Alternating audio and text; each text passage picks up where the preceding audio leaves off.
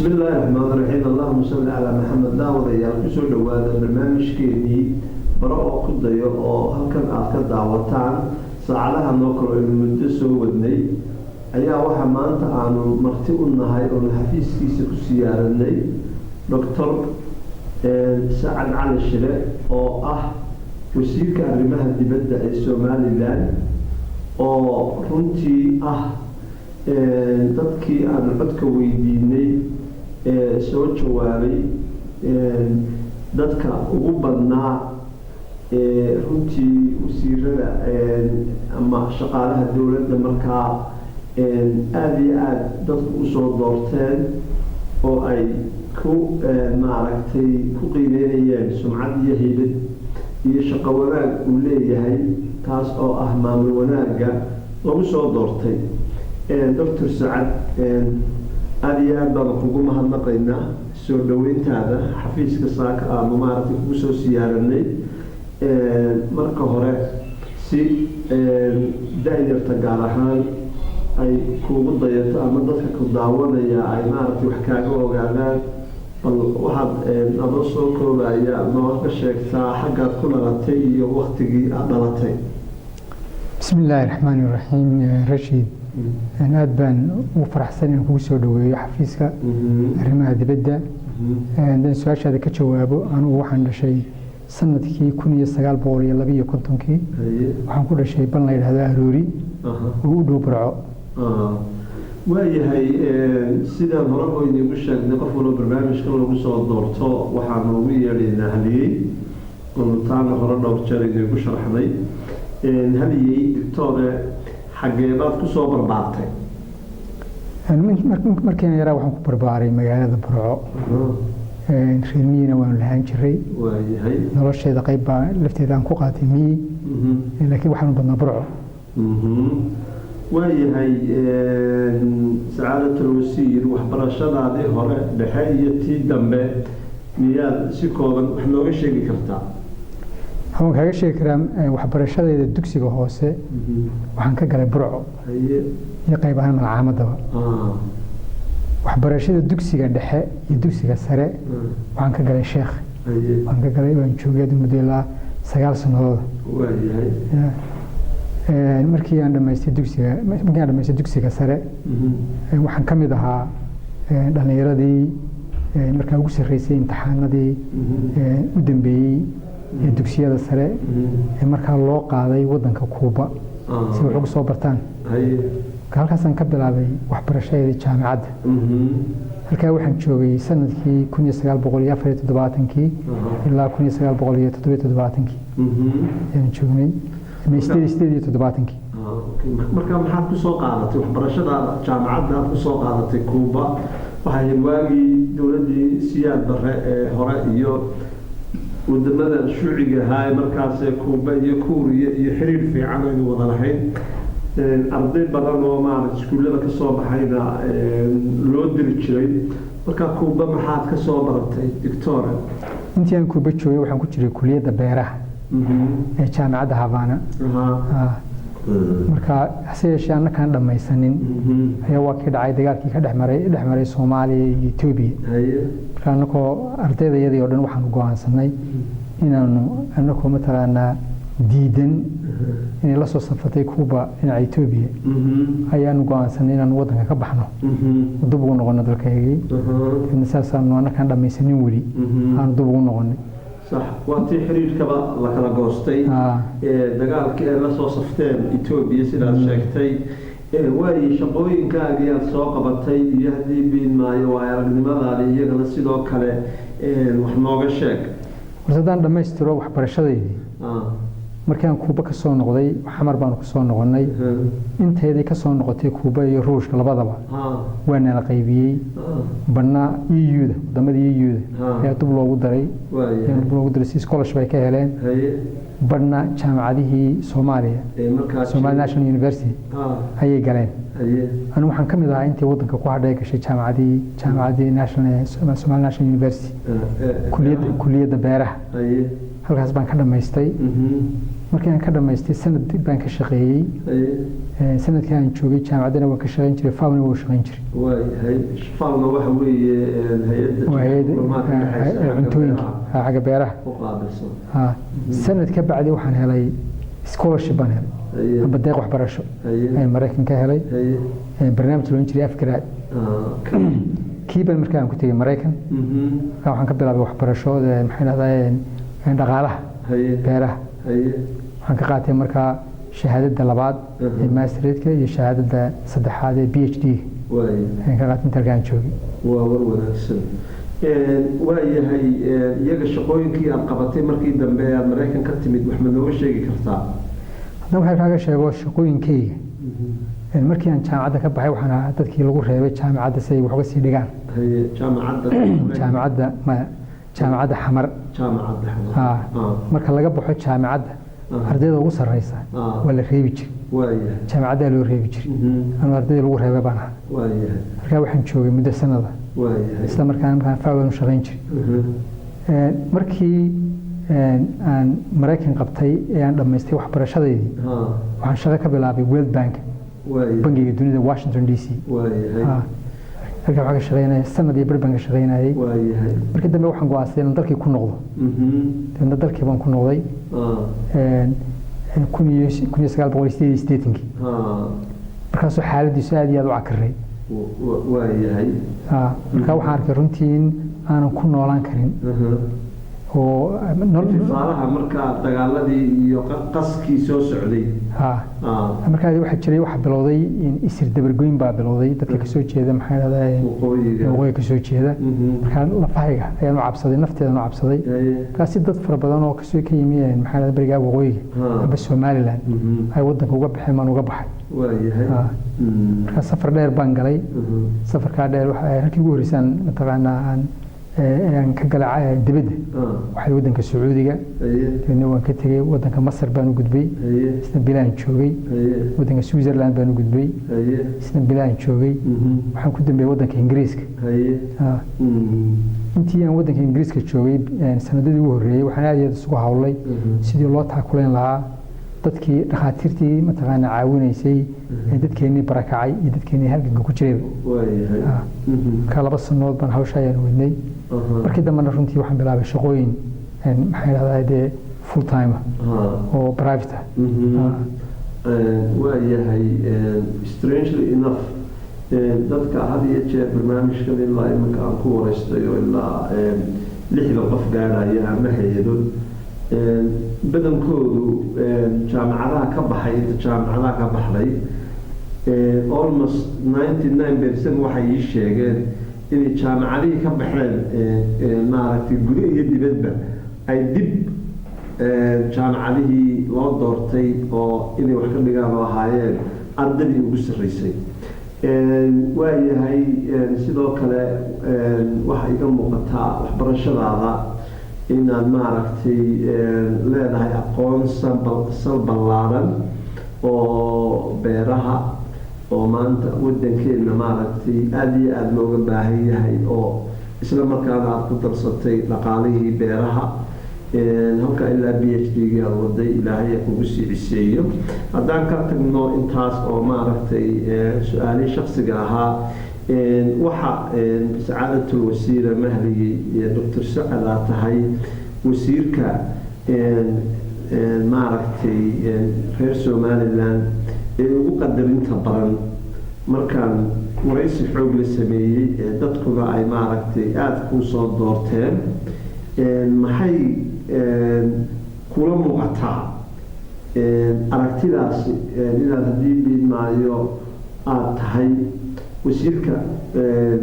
ugu haybada badan ugu qadarinta badan xagga bulshada maxay kula tahay arrintaas wala rashidade waxa laga yaabaa in dawladda dambe kulmiyay intay dhalatay kulli waxa laga yaabaa sabab inay yihiin anu waxaan jecelahay dadku inay iga nabad galaan iyana shaqadeeda ku adkaado kana adkaado marka waa laga yaabaa arrinkaas inuu dee uu saameyntiisa uu leeyahay dad bini aadamka nabadgeliso shaqadana ka soo baxdo kule dadku kugu qadarinaya marka waa labada tiir ee haddii biidmaayo wanaaga badan kuu keenay waa dee waan filaya anu kolley waddankana waan aad baan u jecelahay inaan wax u qabtana waan jecelahay iyo darteed waa laga yaabaa marka meelahan ka hadlayo inay dadku taa ka dareemaan waayahay wasaaraddaada arrimaha dibaddu shaqada dadku maaragtay indhaha u taagayaan ee ugu muhiimsani waxaa weeye ictiraaf raadintii oo runtii inagu yar dheeraatay markaa xaggee bilmatalbaba ictiraaf raadintii maxaa dabada jiidaya xaggee marinaysaan dowladdana kulmiya maaragtay u horseedka ka yahay xaggee maad marinaysaan dadku aada iyo aada bay u rabaan inay kaa maqlaan waxyaalaha dib inoo dhigay ama haddii biidmaayo xagga ictiraaf raadinta ama dariiqa inimika ku taagannahay tirashada mararka qaarkood hadalka dadka waxaa ka muuqda si aynu joogno maanta halkaynu joogno 1991 oo xagga ictiraafka wax horumar aynaan ka gaarin laakiin saa maaha runtii farq weyn baa u dhexeeya maalintii aanu go'aansanay inuu la soo noqono xornimadeena ama inuu gooni baysu taagno May 1991 iyo maanta waynu ku jirno October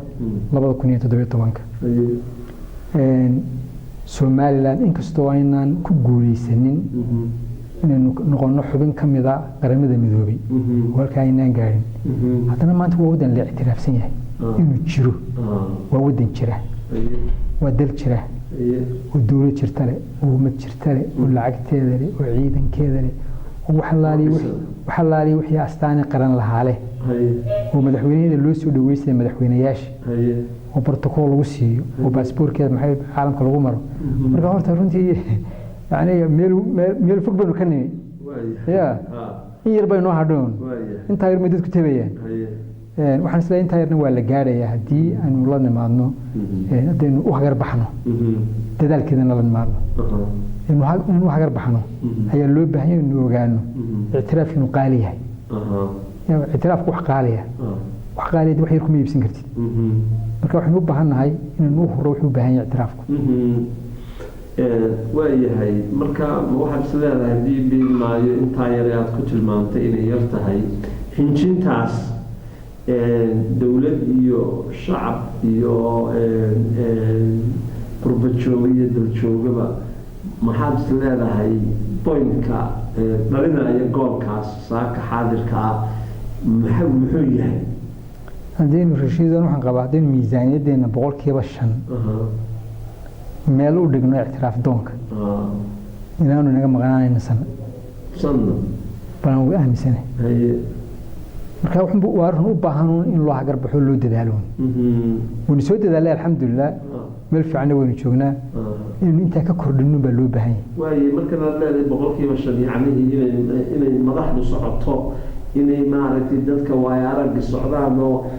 wadamada damahu nagaga xidhan yihiin ay la kulmaan oo ururada la kulmaan oo aan la fadhiisanin oo taasina kharash bay u baahan tahay oo maaragtay haddii biidmaayo la socdo oo maaragtay loo howlgalo howlgalkaasina kharash buu ku fadhiyaa okay waayahay sidoo kale wasaaradda arrimaha dibadda gaar ahaan adiga iyo maaragtay wasiirkii ka horeeyay maxamed cabdilaahi cumar iyo maxamed biixi yunis waxay يعني كم مسؤول هاي قيم الحالة كقاتل وضع الذي صومالي صومالي لان الدولة إنجليز كأي مرتقاتي وهذا ما رأسي ساكا حقي شوبان مركز سوق هبطه مركز يعني قف عادية الله ليسو حقي شوبان حقي تاعيني ترشيد وضع الله وحن بلوني لبدي كوني لبيه طبنكي waxaynu isugu nimid ilaa 6 shir baan falayeen maleenaya inay haayeen shirkii u dambeeyay wuxuu dhacay bishii May 2015 markaa shirkaa u dambeeyey waxa la go'aansaday in geedi socodka wada hadallada dub loo dhigo ilaa inta madaxweyne cusub laga dooranayo Soomaaliya ka waa la doortay imika wadan dib wax loogu hakiyay ilaa in ku diin doorashada galayno marka sidii bay u jiraan wada hadalladii oo may dhamaanin ma ariga laga mana tigin laakiin insha Allah hadda markaan doorano madaxweyne cusub ay dib u bilaami doonaan okay marka taasi markay timaado arrimaha siyaasadda dibadda dadweynaha macaadiba in doorashooyinka hadii biilmaayo wax loo hakiyo oo la yiraahdo bilmetel baba doorashadaas hayna dhaafto iyo doorashadaas hayna dhaafto iyo miyaa wax caadiya miyaa dadweynaha هاي وعادي ما حد يدور سود واتو شغله دور دو يستاكتا ويوحي دور دا صاي قشو اللي مر ان فوقين بي كتغيسا ماشي waxa la hubinta ka dambaysa in halkii ka sii wada doontiin kale marka hadii jir waa la sugaa aniga Rashiid ahaan hadii jeer markay shirka timaado waxaan isweydiiyaa oo waxaan ii gaara fikri gaara wada hadalladaasi maadaama ay adduunyadu ay maaragtay konton wadan iyo intaas organization oo adduunka soo qayb galeen oo ra'iisul wasaaraha Ingiriisku uu maaragtay martiqaadka bixiyay oo shirka furay oo dawladda Ingiriisku ay maaragtay aad isku xisaabtay in aynu maaragtay bilmetel baba miiska marka horeba soo dhigno inaynu doonayno in annaga walaalaha iyaga adna wax walaala ama xumaana aanu qabin laakiinse in la eego dadkii reer Soomaaliya cod laga qaado inay hadii biin maayo inay doonayaan inay ama Soomaaliya ku tarsadaan ama Soomaaliland maaragtay ay madax bannaan tahay taas oo dhacday horeba u dhacday lagu aynu sameeyay laakiinse imika ay iyagu ay maaragtay hadii biin maayo ay qabanqaabiyaan dawladaha waaweyn iyo UN ka codsataan oo marka halka uga wareegtaan oo arintaas maaragtay lagu furo sidii bilmetel baba wadamo badan oo South Sudan ay kamid tahay Eritrea ay kamid tahay kuwa badan ay kamid tahay inay Singapore soo qabteen ilaahay anaga hadda daacad looga tihiin yani bilmetel baba noo qaada hadii biimaayo foodo idinku noo qaado oo sponsor gareeyo oo hadii biimaayo dadka iyaga weydiiye hadday hadaan Muhammad baan doonaynaa بأهل وسهلا هدينا هذا ما ركتي بسوماليلاند بالحمدناني بان دونينا أهلا وسهلا هل كان ما كقشان أنا بسيط عن سلايا نقدر شيء إنكم منهن قبل dalka go'ay markii aynu isku darsanay waxaan laba wadan oo jira oo madax banaan manaha markii ugu horreysay arrinkaas Afrika ka dhacay wadamo badan baa iyagoo wadamo kala xora intii isu tageen dana kala noqday inana saasoo kaluun baynu la soo noqonin maxay la qarannimadeennii 1991 muddada 27 sanadood ama 26 sanadood iminka aynu goonida ahayn wax dhibaato inuu geysanay Soomaaliya oo imka inaga sheeganayaan haba yaraatee ma jirto bal waxba badan bay naga faa'iideen baa أنا waxaan qabaa runtii xornimada iyo goonistaagga Soomaaliland inuu faa'iido u leeyahay ma Soomaaliland oo kaliya Soomaaliland laftigeedu faa'iido u leeyahay oo gobolka dhan u leeyahay Itoobiya u leeyahay mataqaana Djibouti u leeyahay dadkeenuna de 1991 waxay doonayaan way sheegeen oo madax dhaqameedyadooda iyo siyaasiyiintoodu waa kuwii barca ku shiray go'aan ka qaatay 2001diina waati dadka loo soo bandhigay aftida laga qaaday ee boqolkiiba 99.7 ay go'aansadeen in Soomaaliland sideeda ahaatay gaar ahaatay wadan gooni u jiray ahaato طبعا wax badan ma laga wada hadlaa Soomaaliya waa wadan jaarnahay sida wadamadan kale ee jaarkanahay waxyaabo badan nooga dhaxeeyo ka wada hadalno baniyagan u baahan inaan ka wada hadalno waxyaabo fara badan kuna qancino in jiritaanka Soomaaliland wiiga danu yahay ya oo iyaguna ay qiraan inaan markaas saadii maxay dhahan ku galooyeen aan ka mid noqono baad caalamka dhinaca ka gasheeno aad u aragtaa inay qiimo weyn leedahay طبعا وهي sidoo kale waxa ahayd raggii hogaaminayay wada hadallada iyagana Soomaaliland muhiimka ahay khaatumo iyagana haddii biilmaayo ma iyagana ma doorashooyinka Soomaaliya ka Somaliland ka dhacaya ayaa dib loogu dhigay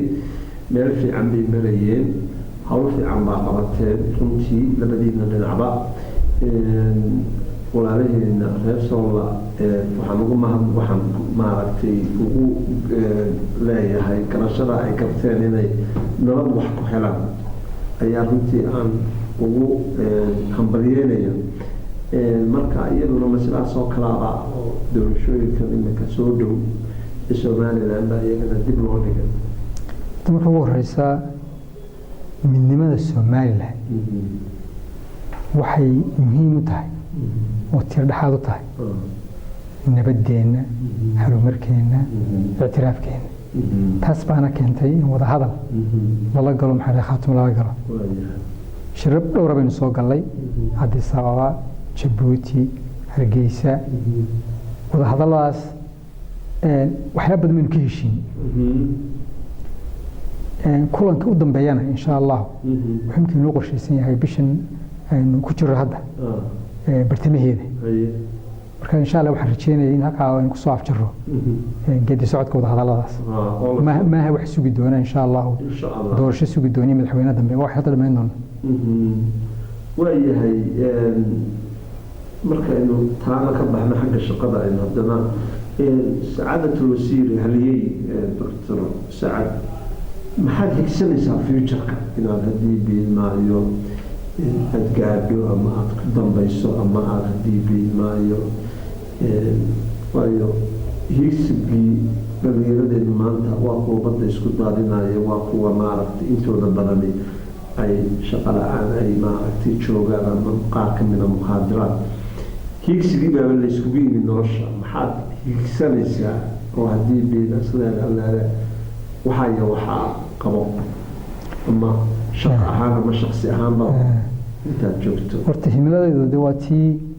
ay diintu inoo sheegtay inaynu higsano qofku inuu higsado saddex inuu ka tago mid saddex inuu ka tago waxaa cilmu naafic waxa weeye waa aqoon dadka dee anfacda iyo sadaqa jaariya sadaqad kuu socota iyo awlaadan saalixa carruur wanaagsan tan saddexaas baan jecelahay inaan ka tago himiladii waxa weeye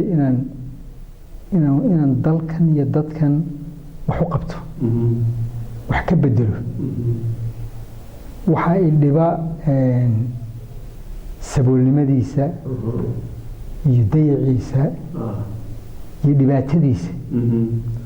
marka waxaan jecelahay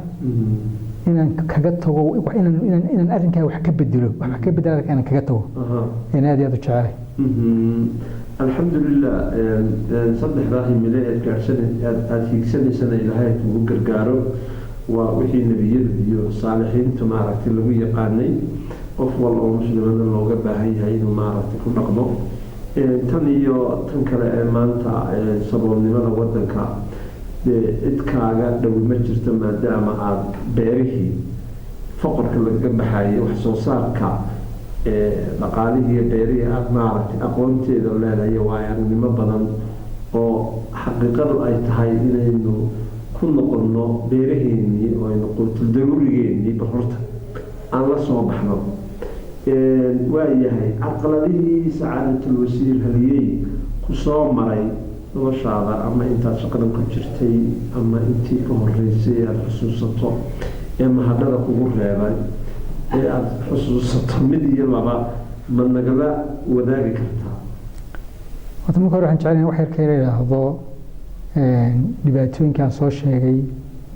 waxyaabahan isle waa lagaga bixi karaa waxaynu u baahannahay awal wa qabla kulli shay horta marka ugu horeysa ka sokowdee nabad iyo midnimo oo labadaas dee waa saldhigga weyn waa tiirka koowaad nabad in la helo wax walba nabaddaa ka horeysa ya iyo midnimada waxba ka horeeya haddaan labadaas aan jirna qaran kuma jiro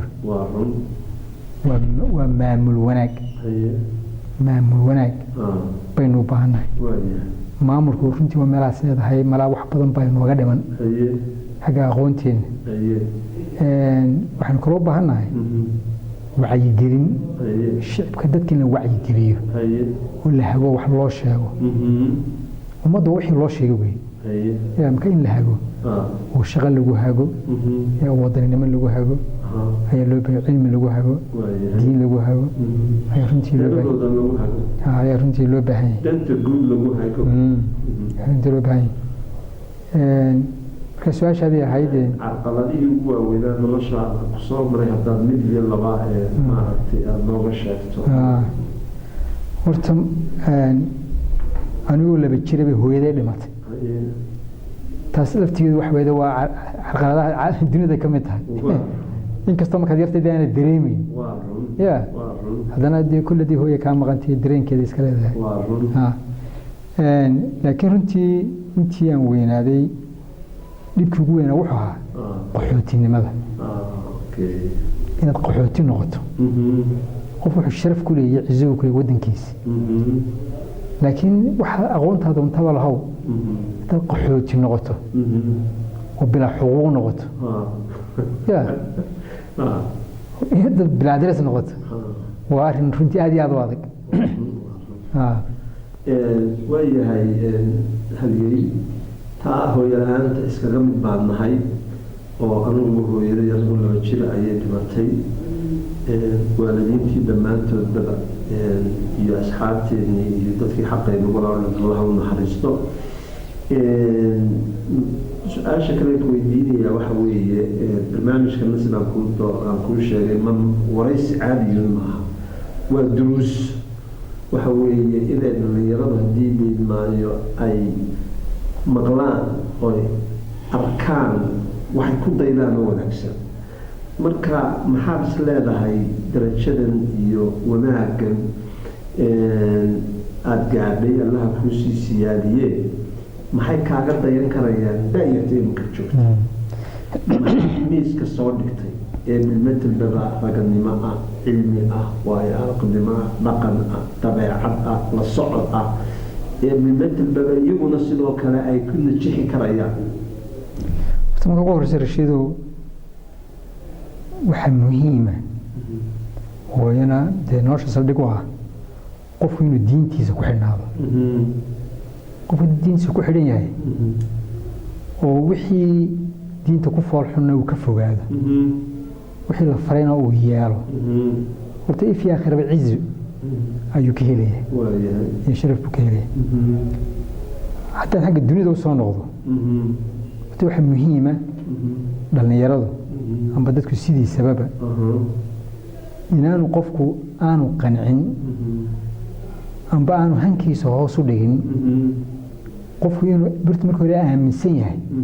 inay wax waliba suurtagal yihiin dalka uu ka bilaabo qof hadduu ka bilaabo carqaladaha taa ma samayn kartid taasaa ku hortaagan taana ma samayn kartid saas maxaa ma haysatid hadda kaga bilowdo meel gaari maysid baabada iska xidhaado iyagan kaaba soo xidhminbo maskaxda ka xidho waxaa loo baahan marka hore qofku inuu u maskax furan yahay inuu wax walba uu samayn karo heli karo hanan karo wahmigaa la yimaado taa ka sokow waa inuu la yimaado qorshaheedii halkii uu ku gaari lahaa halkii uu doonayo halkuu hananaayo inuu qorshaheedii la yimaado dabeedna waa inuu dadaalkeeda la yimaado hadduu intaa keeno ilaahayna wuu fududaynaya subxaana watacaala waayahay waxa weeye runtii wax maaragtay qiimo leh qof hore oo sidaadaasoo kale hadiyayahay wareysanayay baa yiri intaasoo kaloo jaamacadaha ka soo baxaysa maanta wadankeena qofka aan dhallinyarada aan balwada lahayn maayo wax lagu aamini karaya badanka shaqada ma waayada marka dee waxa weeye taa aada sheegtay maxaad faraysaa bulshaweynta inagoo barnaamijka gabagabadeennii joogna maxaad faraysaa bulshaweynta reer somalilan ee qurbo iyo dibadda maanta ku dhegaysanaysa maxaad faraysaa aada usoo jeedinaysaa waxaan usoo jeedinayaa horta marka ugu horeysa waa inaynu waddankeenna iyo dadkeenna aamino carabka waxaa ku badan ereyo aan wanaagsanayn amba dhaliila ayaa had iyo jeer maarta qofku had iyo jeer waxaa arkaya koobka haab oo nus maran koobka inta buuxda ma arko انت مرن بارك قفك يا وين ودك هنا امنه ودلكينا امنه وقرنمديس امنه ووحي نga duminaya وقبيالده ugu horeyso aynu ka fogaan tabanina gid u wada hawl galo maxay raadayeen hadaynan u hawl gelin wadankeena horumarkiisa waa inaynu ku aynaan shaqaysanin cid kale dibadda inooga imanaysa oo horumar inoo sidoo deeq inoo siinaysa ma jirto waayahay halkii iyada ka waran dhaqankan cusub ee marka soo baxay dantii guud badanka dadweynuhu ay dadkii ka tageen oo qof walaaba dan gaara ama dan reer ama dan kooxeed ama dan siyaasadeed maaragtay uu ka horreysiinayo dantii guud ee lagu wada najaxayay mentalitiga iyo dhaqanka dib inoo dhigaya isaga bal ka waran khatarta uu leeyahay iyo maaragtay danta guud haddii leymaayo sidii loo hagar bixi lahaa horta qofka inuu dee dantiisu keliya ku eka horta qofka inuu dee dantiisa raacdaa ma xuma laakiin se danta guud marka la qabta ayay tii gaarkuna ay soo baxaysaa jirta laakiin qofku inuu dantiisa ka dhex arko danta guud way danta guud haddii aan dan la waharee laga wada joogan la wada ilaalin waniyada la xaqiijin tagaarna ma xaqiiqoobayso waxa kaaga filan matalan arrinka nabadda aba dowladnimada nabadda waynu ku wada noolahay haddaan nabadi jirin dantaadu dee ku gaarka ah dee ma fulin kartid waxba kuma yaalaan ma shaqaysan kartid ma ganacsan kartid wax ma baran kartid ya marka taada waad ka dhex aragto ta guudna wanaad ilaaliso taadana raac ta guudna ilaali isku xidhan labadii waayahay su-aasha ugu dambeysay aan ku weydiinaya waxa weeyaan mar kale kuugu mahadnaqayo waqtigaada qiimaha layna siisay intii aad iminka wasiirka ahayd ama meelaha dibadaha maaragtay shaqooyinka waaweyn haysay wax mucjisane oo bilmedelbaba aada la yaabtay oo maaragtay kaa yaabiyey ma nala sheergaran kartaa wax kastaaba nolosheedu waa iska filim un moogte miyaa taa iyada aan kusoo gabagabaynay maaragtay haddii beydmayno mid ma naga sheegi kartaa anu horta waxaan bartay dhaqaalaha horumarkana wax badan baan dee animka kusoo jiri howlaha horumarka waxaa runtii mararka qaarkood aan la yaabaa sida wadamada dunida ugu khayraadka badan xagga dabiicadda marka laga eego ay u yihiin kuwa ugu faqiirsan kuwaan khayraad dabiiciba lahaynina ay yihiin kuwa ugu horumarsan ay kala gedisan yihiin opposite isku yihiin marka dad soo qaato wadankan Singapore la yiraahdo dhul ma leh oo biyo ma leh oo macdan ma leh waxba ma leh meel yar buu ku yaala maraakiibtu marto waxa yani khayraad oo dabiici ah intaas uu leeyahay intii bay ku dhageen haddana caalamka dee marka la eego waxyaabaha dee lagu faano lagu horumaro mid kasta xagga ugu horsi kaga jira markaad Afrika u soo noqoto aad eegto matalan wadamadan Congo kale iyo Angola iyo Nigeria kale وإلهي سبحانه وتعالى وسي وحول بابا بيه دولكي معدنتي وحول بنا وهذا أنا قاعد أشوف خياي يا الصبولة وترنجي ومعجز يا وحكلي ودحية مثل بدي دد بيراده مدينة دد كذا كاش غيسي سامور غيسي مسك حديث مدينة مور غيسي مسك حتى ضيعها تعلق على صهاد القادة سنغافورة كلا بالبيت البلوك يا الله هاي ودمدن هولند اسكندنافيا كيو أيام عرفتي دول يربي لي مركا واحد رخيص أيضا أنت بدل العصاي وبدي دول غير هذه نعيو مركا دي بما يودي وطاع شكتي سؤال شيء قدام بيساوي حوي ما دام البقالية هنا تهي وحاجة معركتي بنجية هي معركتي أبناء وأرنمو قلنا هاي ما نتدلك إن سحر بربع معركتي أفي oo markaa haddii beedmaayo qof walba taabtay oo dawaqaad way ku riday inkastoo wasaaraddaada maaragtay ay maaragtay wasaarado gaara ay dee jiraan arrinta ay wax ka qabtaan shicib iyo dadweyneba iyo dowladba haddana maxay kula tahay noloshii waxaad moodaysaa maalinta ka dambeysa in ay sixir bararkii uu dadkii hagaadinayo oo candhablaha jaraayo darashada sixir bararkani wuxuu ka imanayaa qiimo dhaca lacagta Soomaaliland lacagtu inay qiimo leedahay iyo inaanay lahayn amba in qiimo loo yeelo iyo inaan loo yeelin waxay ku xirantahay marba baahida loo qabo haddii lacagta baahi weyn loo qabo way qaalgaroobaysa lacagtu waa badaacadoo kale haddii aan baahi loo qabinna way jabaysa marka lacagteeni waxaa jebiyey horta koow wixii aynu dhoofin jiray keliya xoolaha wuu iska keentaagay marka horena mama badnayn oo lacagta adag ayna soo gasha ayaa yar iminkana waaba dee sii yaraatay intii maxaa dhahdaa naga joojiyey xoolihii dhoofi jiray waxaa kaloo iyana jirtaa isticmaalkii lacagta Somaliland isaguna yaraaday oo lacagtii dee jeebka lagu sidan jiray iyo wax walba lagu iibsan jiray iminka ma jirto lacagtii waxay noqotay electronic wareeg badan oo lacagtii dee waraaqa ahayd waa laga maarmay oo ma jirto oo lacagtan ku jirta electronic noqoteena laan maaha waa dollar haddii laan ahaan lahayd waxba iskama bedeleen oo dee dalabkii weli jira waa lagu shaqayn lahaa laakiin lacagtii dollar bay noqotay wareegiisa marka dollarkiiba wuxuu bedelay laankiibaba